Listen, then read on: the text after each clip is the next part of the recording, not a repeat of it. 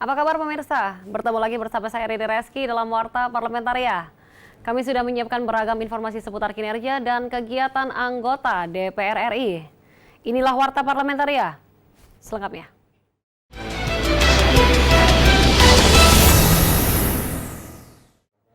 Komisi 4 DPR RI meminta pemerintah serius mengurus asuransi petani, mengingat banyaknya protes akibat lambannya pemerintah mengurus asuransi milik petani tersebut. Ditemui di ruang kerja di Nusantara 1 Gedung DPR RI Senayan, Jakarta, baru-baru ini, anggota Komisi 4 DPR RI Andi Akmal Pasludin meminta pemerintah membayar hak petani, khususnya petani yang gagal panen karena curah hujan yang tinggi yang mengakibatkan banjir atau diakibatkan wereng dan tikus. Sebenarnya asuransi pertanian ya sudah setiap tahun kita anggarkan ya dengan tujuan agar daerah-daerah memang yang sudah langganan banjir, bencana, kekeringan ataupun karena bencana tikus misalnya itu harusnya di-cover. Cuma usulannya dari daerah. Jadi harusnya pemerintah daerah, kabupaten kota yang punya sawah yang selalu bermasalah ya, kena bencana, kena banjir, kekeringan, harusnya ini mengusulkan ke Kementerian Pertanian dan Komisi 4. Selanjutnya, Andi Akmal berharap pemerintah tidak membuat susah para petani terkait kepemilikan kartu tani tersebut. Andi menyebutkan, asuransi adalah amanat dari Undang-Undang 19 tahun 2013 sesuai pasal 37 ayat 1. Jadi sebenarnya kartu tani itu kan dari sisi urgensi penting ya.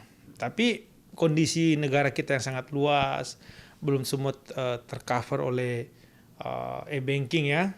Sehingga kita Komisi 4 berkesimpulan bahwa kartu tani penting tapi tidak mendesak pada saat hari ini. Habibie dan Rifki, TVR Parlemen, melaporkan. Badan Keahlian DPR RI melakukan penguatan data melalui forum group discussion di Universitas Jember. Ditemui usai forum group discussion atau FGD, Badan Keahlian Sekjen DPR RI di Universitas Jember, Kepala Badan Keahlian DPR RI Innocentius Samsul menyampaikan, meski rancangan Undang-Undang Pemilu dicabut dari Prolegnas Prioritas tahun 2021, namun FGD tersebut tetap dilaksanakan sebagai wujud proaktif Badan Keahlian dalam memperkuat sumber data. Kalau udah ada agendanya, kalau bisa kita selangkah lebih maju daripada agenda politik ya. Jadi kalaupun sekarang misalnya dikeluarkan dari prioritas, tapi saya yakin suatu saat akan diperlukan ya, karena ini bagian dari public discourses ya, sehingga nanti pada saat itu diminta kita udah siap dengan data gitu ya. Sementara itu, Dekan Fakultas Hukum Universitas Jember, Bayu Dwi Anggono, mengapresiasi lembaga DPR RI yang telah memberikan kesempatan kepada perguruan tinggi dan masyarakat untuk menyampaikan saran dalam menata legislasi. Sejak tahapan pemilu. Yang kedua adalah kesiapan dari penyelenggara pemilu. Juga peluang penggunaan e-rekapitulasi dalam penyelenggaraan pemilu.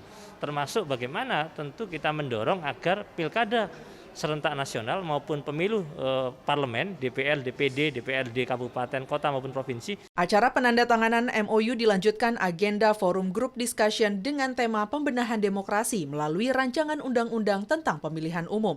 Dari Universitas Jember, Helmi Darmawan, TVR Parlemen, melaporkan. Komisi 4 DPR RI tolak kebijakan impor 1 juta ton beras karena mengancam penyerapan produksi panen beras dalam negeri dan merugikan para petani. Ditemui di Gedung Nusantara 1 DPR RI Jakarta, anggota Komisi 4 DPR RI Franciscus Lema mengatakan, kemandirian pangan dalam suatu negara harus diwujudkan melalui hasil produktivitas yang memadai dan swasembada pangan yang dikelola melalui program strategis nasional. Nah, hari ini ada wacana menyangkut impor 1 juta ton beras. Sementara kita tahu berdasarkan data BPS menyatakan bahwa produktivitas kita mengalami kenaikan. Dan sebentar lagi akan ada panen raya di banyak tempat. Itu berarti bahwa sebenarnya kita mengalami surplus dalam produksi. Nah, dalam konteks itu sebenarnya mestinya negara mengambil sikap untuk tidak melakukan impor.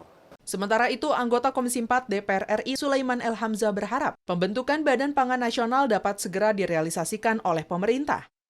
Sesungguhnya kita sangat membutuhkan sebuah badan yang dibawa kendali langsung Presiden Karena perintah undang-undang yang sudah ada ini sampai sekarang kan belum juga terbentuk.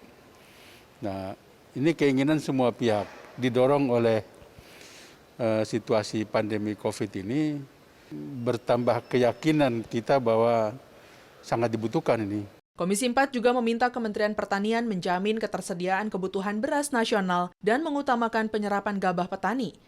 Ajib dan Aang, TVR Parlemen melaporkan. Jangan kemana-mana pemirsa, karena kami masih memiliki banyak informasi lain dalam Warta Parlamentaria. Di antaranya datang dari Balek DPR RI yang minta Satgas Pangan aktif awasi pendistribusian pangan. Setelah jeda berikut ini.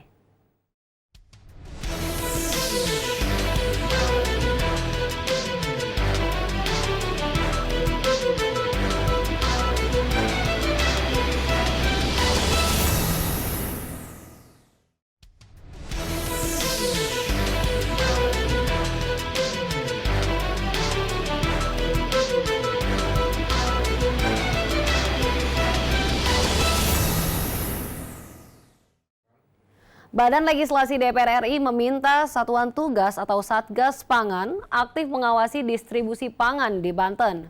Mengingat letak geografis Banten sebagai pintu masuk dari Sumatera ke Pulau Jawa.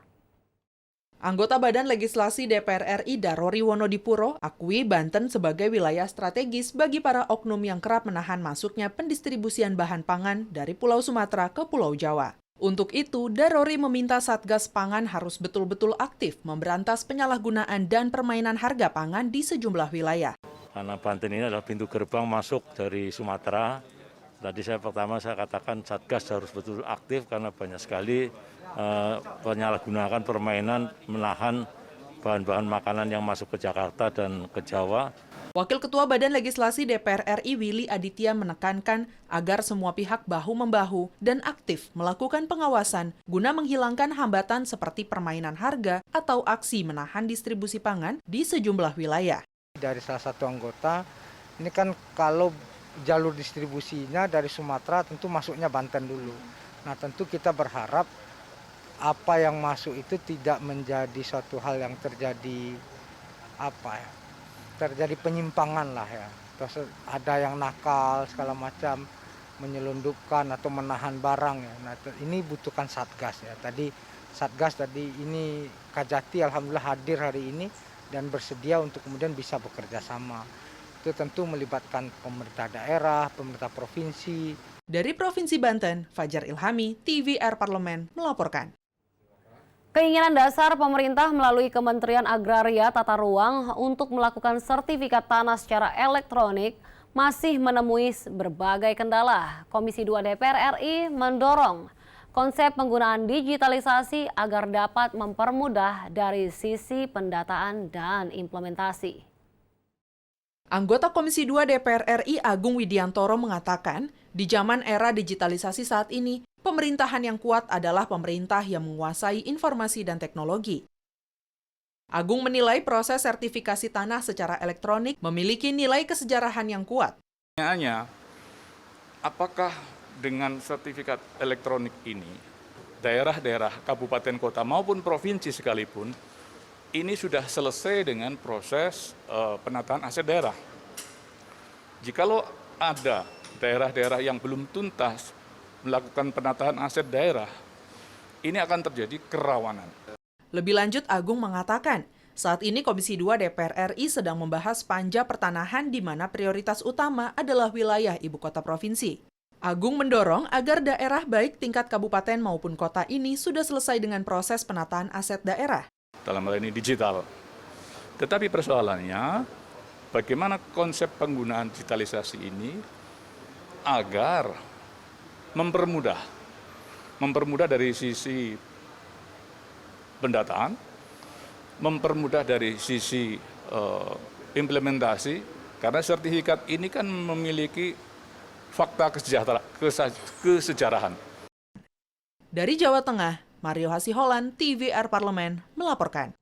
Komisi 5 DPR RI meminta pemerintah daerah dan Kementerian PUPR segera menyelesaikan masalah pembebasan lahan serta menjamin Proses pembangunan Universitas Islam Internasional Indonesia atau UII berjalan sesuai rencana, baik secara kualitas maupun waktu. Anggota Komisi 5 DPR RI Suryadi Jaya Purnama berharap Universitas Islam Internasional Indonesia menjadi salah satu kebanggaan Indonesia di mata internasional. Kunjungan Komisi 5 kali ini bertujuan untuk memantau langsung kemajuan pembangunan kampus Universitas Islam Internasional Indonesia yang digadang-gadang akan menjadi ikon peradaban Islam di Indonesia yang ramah lingkungan dan hemat energi. Dari Komisi 5 tentu melihatnya dari sisi fisik. Kita ingin memastikan bahwa bangunan ini juga menjadi bangunan yang ikonik gitu, menjadi ikon peradaban Islam di Indonesia.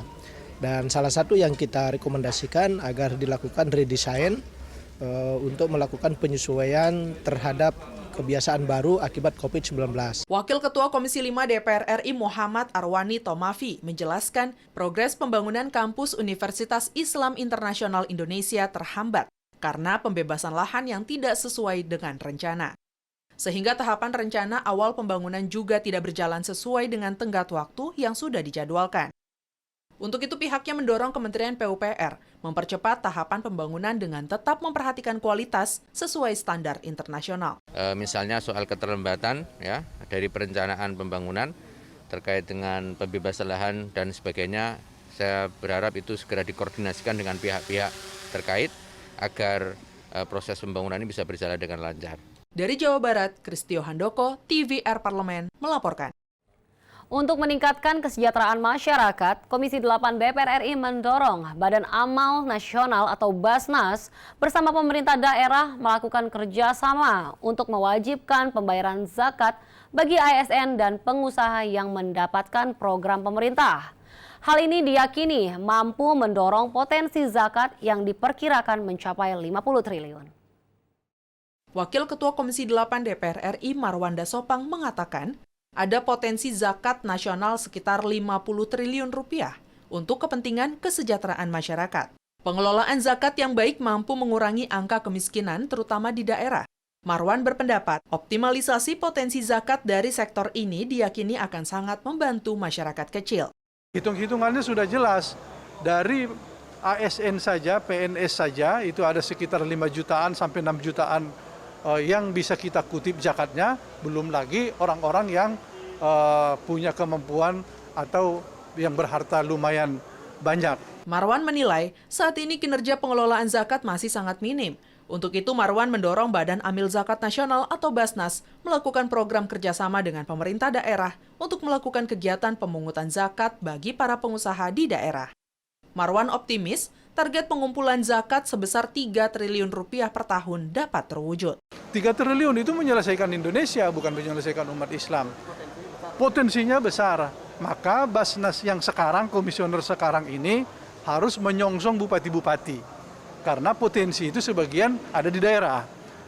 Dari Provinsi Banten, Hilman Hidayat, TVR Parlemen, melaporkan.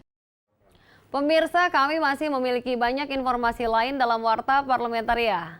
Tetaplah bersama kami.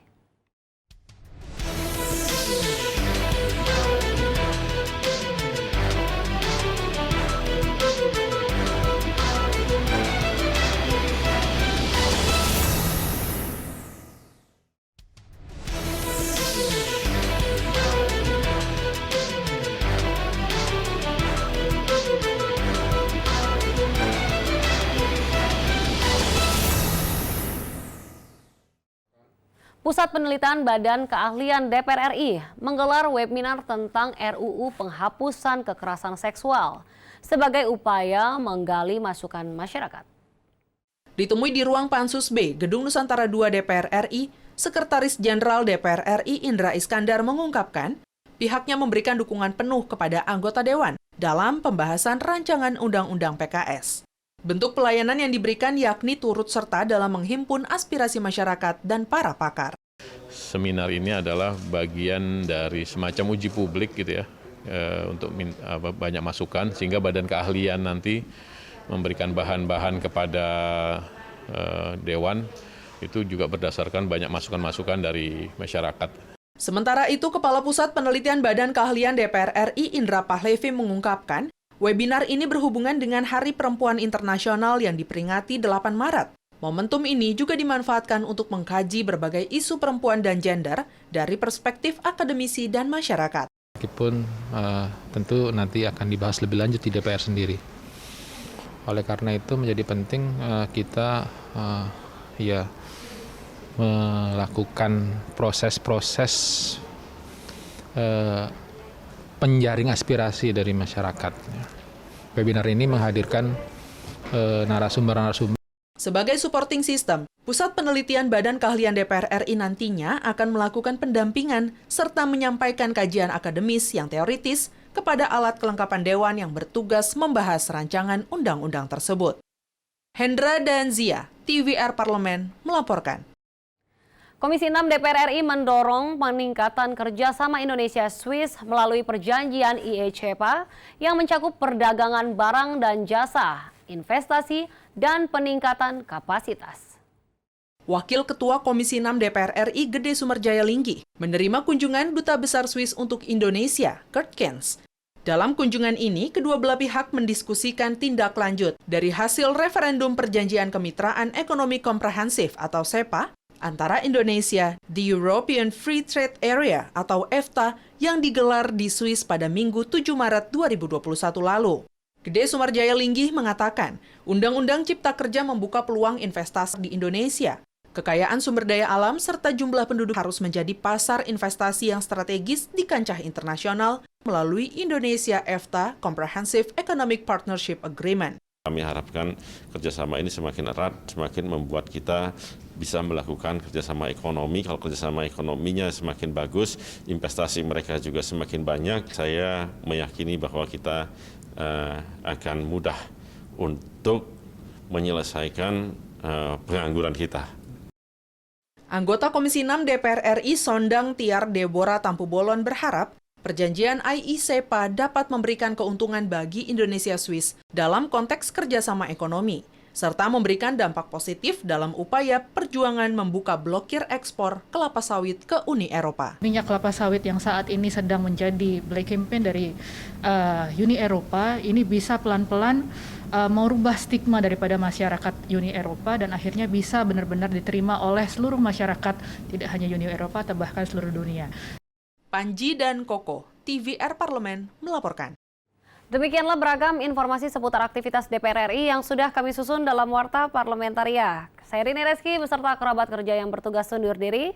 Terima kasih atas perhatian Anda. Sampai jumpa.